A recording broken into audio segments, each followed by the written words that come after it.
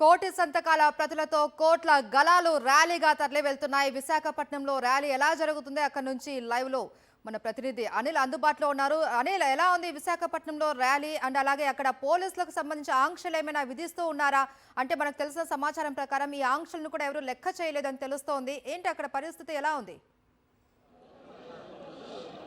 పోలీసులు ప్రభుత్వం ఎన్ని ఆంక్షలు పెట్టినప్పటికీ వైఎస్ఆర్ కాంగ్రెస్ పార్టీ శ్రేణులతో పాటు ప్రజా సంఘాలు, విద్యార్థి సంఘాలు పెద్ద ఎత్తున ఈ ర్యాలీకి తరలి వచ్చాయి. అనకాపల్లి జిల్లా వైఎస్ఆర్ కాంగ్రెస్ పార్టీ కార్యాలయం నుంచి మరి కాసేపట్లోనే కోటి సంతకాల ప్రతులు ఇక్కడి నుంచి ప్రారంభం కాబోతున్నాయి. తాడేపల్లి వైఎస్ఆర్ కాంగ్రెస్ పార్టీ కేంద్ర కార్యాలయానికి వెళ్ళబోతున్నాయి. మాజీ మంత్రి, అనకాపల్లి వైఎస్ఆర్ కాంగ్రెస్ పార్టీ జిల్లా పార్టీ అధ్యక్షుడు గుడివాడ అమర్నాథ్ ఉన్నారు. మాట్లాడదాం. సార్, ప్రభుత్వ నిర్ణయాన్ని ఏ విధంగా చూడాలి? ప్రజలు ఎంత వ్యతిరేకిస్తున్నా ముందుకెళ్తున్నటువంటి ధోరణే కనిపిస్తుంది. ఏ విధంగా ఈ రాష్ట్రంలో మొత్తం కలిపి దాదాపు 5.5 కోట్ల మంది జనాభా ఉన్నారు. 5.5 కోట్ల జనాభాకి దాదాపు 1,60,70,000 మంది హౌస్ హోల్డ్స్ అనేటువంటి రాష్ట్రంలో ఉన్నాయి. మేము కోటి సంతకాల సేకరణకి జగన్మోహన్ రెడ్డి గారు పిలుపునిచ్చినప్పుడు ఈ కోటి సంతకాల సేకరణ ఎంత మేరకు అవుతుందో, ఎంతవరకు అవుతుందో, ప్రజల నుంచి ఏ రకమైనటువంటి స్పందన వస్తుందో అనేటువంటిది అందరం కూడా ఒక ఆలోచన మీమాంసలో ఉన్నాం. కానీ ఈరోజు చూస్తే దాదాపు 1,50,00,000 పైచిలకు సంతకాలు రాష్ట్ర వ్యాప్తంగా వైఎస్ఆర్ కాంగ్రెస్ పార్టీ శ్రేణులు సేకరించడం, ఈరోజు అనకాపల్లి జిల్లా నుంచి దాదాపు 4 లక్షల సంతకాలని సేకరించి ఈరోజు ఆ వ్యాన్ను కూడా ఇక్కడి నుంచి తాడేపల్లి పంపించి రేపు 18వ తారీఖున జగన్మోహన్ రెడ్డి గారి నేతృత్వంలో గవర్నర్ గారిని కూడా కలిసేటువంటి కార్యక్రమం చేస్తూ ఉన్నాం. దీన్ని బట్టి అబ్జర్వ్ చేయాల్సింది ఏంటంటే, రాష్ట్రంలో ప్రతి కుటుంబం, ప్రతి ఒక్క వ్యక్తి ఈ రాష్ట్రంలో ఉన్నటువంటి ప్రభుత్వం తీసుకున్నటువంటి నిర్ణయాన్ని వ్యతిరేకిస్తున్నారన్నటువంటిది తేటతెల్లం అయింది. అంటే రాష్ట్రంలో ప్రతి కుటుంబం మీ నిర్ణయాన్ని వ్యతిరేకిస్తున్నప్పుడు మీరు ఎందుకు వెనక్కి తీసుకోవట్లేదు? పేదవాడికి ప్రభుత్వం విద్యను అందించాలి, వైద్యాన్ని అందించాలి, తక్కువ ధరలకు అందించాలనేటువంటి ఆలోచనతో దాదాపు స్వతంత్రం వచ్చిన దగ్గర నుంచి 100 సంవత్సరాల్లో ఎప్పుడు కూడా ఈ 75 సంవత్సరాల్లో ఎప్పుడు చేయనటువంటి కార్యక్రమాన్ని జగన్మోహన్ రెడ్డి గారు చేస్తే, ఈరోజు మీరు దాన్ని అడ్డుకునేటువంటి ప్రయత్నం 17 మెడికల్ కాలేజీలు ప్రారంభిస్తే 7 పూర్తి చేసి 17 మరి మిగిలినటువంటి 10ని పూర్తి చేయాలన్నటువంటి తాపత్రయంతో జగన్మోహన్ రెడ్డి గారు నిధులు కేటాయిస్తే, మీరేమో అమరావతికి లక్షల కోట్ల రూపాయలు ఖర్చు పెడతారు. ఒక 5,000 కోట్ల రూపాయలు పెట్టి ఈ 10 కాలేజీలు పూర్తి చేయమంటే మీరు ఎందుకు ముందుకు రావట్లేదు అనేటువంటిది మాకు అర్థం కావట్లేదు. ఏదేమైనప్పటికీ ఇప్పటికన్నా ఈ ప్రజల తాలూకు స్పందన, ప్రభుత్వం మీద ఉన్నటువంటి వ్యతిరేకత ఇవన్నీ గమనించినా ఇప్పటికన్నా నిర్ణయాన్ని వెనక్కి తీసుకొని పేదవాడికి వైద్యాన్ని దగ్గరికి చేరువ చేసేటువంటి కార్యక్రమానికి ప్రభుత్వం ముందుకు రావాలని చెప్పి మరొకసారి ఈ సందర్భంగా కోరుతా ఉన్నా. మీరు చెప్పండి, ఒక ఇన్స్టిట్యూషన్ తీసుకురావాలంటే చాలా కష్టపడాలి, కానీ 17 మెడికల్ కాలేజీలు కేంద్రం నుంచి ఒప్పించి తీసుకొచ్చారు వైఎస్ జగన్. వాటిని ప్రైవేటు వ్యక్తులకు అప్పగించాలని చూస్తున్నారు. ఎలా చూడండి? చంద్రబాబు నాయుడు తీసుకున్నటువంటి ఈ మెడికల్ కాలేజీలు పీపీపీ మోడ్లో ఇస్తామన్నటువంటి నిర్ణయాన్ని రాష్ట్రంలో ఉన్నటువంటి ప్రజలందరూ కూడా వ్యతిరేకిస్తున్నారు అనే దానికి నిదర్శనం.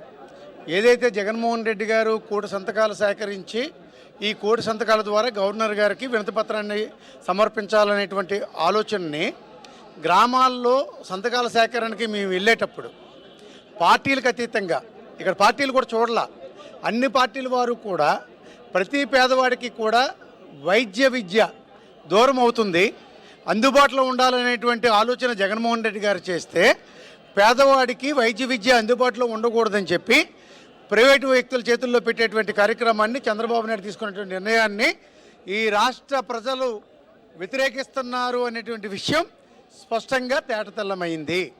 దానికి కారణం ఏమిటంటే, జగన్మోహన్ రెడ్డి గారు ఇచ్చినటువంటి పిలుపు మేరకు మేము గ్రామాలంటూ వెళ్ళి సంతకాల సేకరణ చేయాలనేటువంటి దృక్పథంతో వెళ్ళేటప్పుడు ప్రజలు స్వచ్ఛందంగా వచ్చి జగన్మోహన్ రెడ్డి గారు మా ప్రజల గురించి, మా పేదల గురించి వైద్య విద్యనే కాదు 17 మెడికల్ కాలేజీలో కూడా సూపర్ స్పెషాలిటీ హాస్పిటల్ని నిర్మాణం చేయాలని, పేదవాడికి వైద్యం అందుబాటులోకి తీసుకురావాలని చెప్పి ఉచితంగా వైద్యం చేసేటువంటి కార్యక్రమం ప్రభుత్వం చేపట్టాలి. కానీ ప్రైవేటు వ్యక్తుల చేతుల్లో ఈ కాలేజీలు కానీ పెట్టినట్టయితే పూర్తి స్థాయిలో పేదవాడికి వైద్య విద్య, వైద్యం రెండు కూడా దూరం అవుతుంది.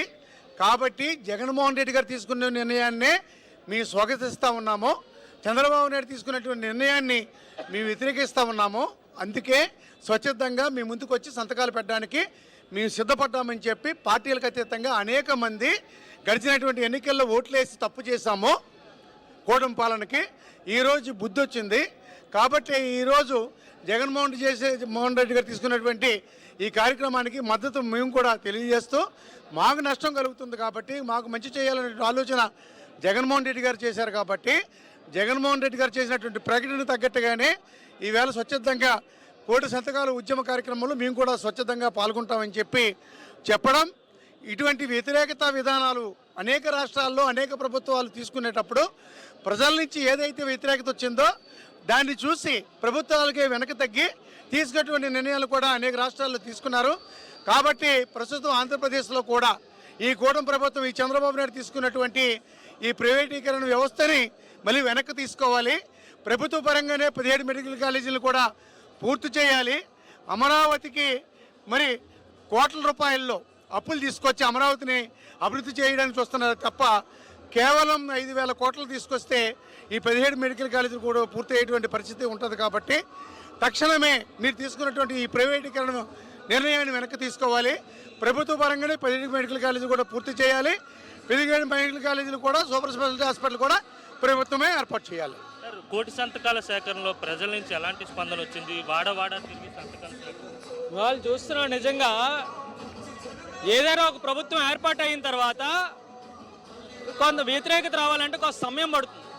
కానీ ఈరోజు ఈ ప్రభుత్వం మీద అధికారంలోకి వచ్చినటువంటి 6 నెలల్లోనే పెద్ద ఎత్తున వ్యతిరేకత అనేటువంటిది మూట కట్టుకుంది. ఇవాళ మనం చూస్తుంటే ఇవాళ వాళ్ళు చేస్తున్నటువంటి మెడికల్ కాలేజీలు ప్రైవేటీకరణ అనేటువంటి నిర్ణయాన్ని ఇవాళ ఆంధ్ర రాష్ట్రంలో ఉన్నటువంటి వాళ్ళే కాదు ప్రతి ఒక్క తెలుగువాడు కూడా ఇవాళ వ్యతిరేకిస్తున్నటువంటి పరిస్థితులు మనం చూసాం. ఇవాళ మనకు స్వతంత్రం రాకముందు నుంచి కూడా కేవలం 12 మెడికల్ కాలేజీలే మన ఆంధ్ర రాష్ట్రానికి ఉంటే జగన్మోహన్ రెడ్డి గారు 5 సంవత్సరాల్లోనే మరొక 17 కొత్త మెడికల్ కాలేజీలు తీసుకురావడం, అందులో 6 వాటిల్లో సుమారుగా అప్పటికే అడ్మిషన్స్ కూడా స్టార్ట్ అయిన పరిస్థితులు కూడా చూసాం. ఇవాళ మెడిసిన్ చదవాలి అంటే కోట్ల రూపాయల్లో డొనేషన్లు కడతా కానీ చదువుకోలేనటువంటి పరిస్థితి. అలాంటిది ప్రతి ఒక్క పేదవాడు వైద్య విద్యను అభ్యసించాలి, ప్రతి ఒక్క పేదవాడికి వైద్యం అందుబాటులో ఉండాలి. ఎందుకంటే ప్రతి మెడికల్ కాలేజ్లో 500 పడకలతో కూడినటువంటి మల్టీ స్పెషాలిటీ హాస్పిటల్. ఇవాళ మనమే చూసుకుంటే మన ప్రాంతానికి ఇప్పుడు అనకాపల్లి కానీ, నర్సీపట్నం కానీ, పాడేరు కానీ, అరకు కానీ, శ్రీకాకుళం కానీ, విజయనగరం కానీ ఈ ప్రాంతాలన్నింటికి ఉన్న ఏకైక హాస్పిటల్ ఏంటంటే కేజీహెచ్ అని చెప్పుకుంటున్నాం. కానీ ఇవాళ మెడికల్ కాలేజీలు రావడం వల్ల ప్రతి ఒక్క ప్రాంతంలో కూడా మల్టీ స్పెషాలిటీ హాస్పిటల్ రావడం అందరికీ మంచి. ప్రజలందరూ కూడా స్వచ్ఛందంగా ఇవాళ మనం చూస్తున్నారు. పార్టీలకు అతీతంగా అందరూ కూడా మేము ఊరిలో తిరిగినప్పుడు టీడీపీ జనసేన అని లేకుండా ప్రతి ఒక్కరు కూడా సంతకం పెట్టి దీనికి మద్దతు తెలపడం జరిగింది. ఇదే విధానంగా కొనసాగిస్తే మాత్రం మరింతగా ఈ ఉద్యమాన్ని ఉధృతం చేస్తామని చెప్పి తెలియజేస్తున్నాం. ప్రజల నుంచి ఎలాంటి స్పందన వచ్చింది? ప్రభుత్వం దిగి రాకపోతే ఏం చేయబోతుంది? ఈ కూటమి ప్రభుత్వం అధికారంలోకి వచ్చిన తర్వాత ప్రతిదీ కూడా ప్రైవేటీకరణ అనేటటువంటి ప్రభుత్వ రంగ సంస్థలని ప్రైవేటీకరణ చేయడానికి చూస్తున్నారు.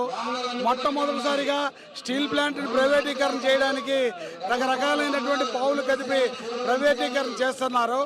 దానిలో భాగంగా ఈవేళ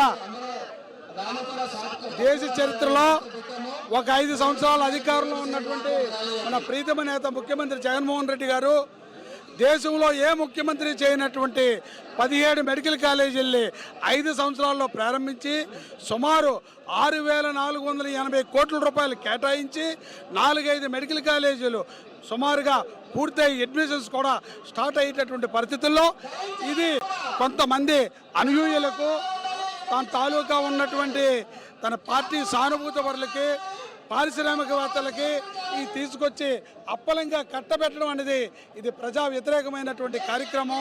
ముఖ్యంగా ప్రజలందరూ నష్టపోతారు. ఎంతోమంది పేద బడుగు వర్గాలకు చెందినటువంటి విద్యార్థులు చదువుకోవడానికి అవకాశం ఉండేటటువంటి దీన్ని ప్రైవేటుకి చెప్పారం చేస్తే కోట్ల రూపాయల డొనేషన్స్ ఎలా కట్టగలరని చెప్పి నేను మీ ద్వారా అడుగుతున్నాను. తప్పనిసరిగా ఇది తప్పు నిర్ణయం మార్చుకోవాలి, ప్రైవేటీకరణ ఆపాలని చెప్పి డిమాండ్ చేస్తున్నాం. మొత్తం మీద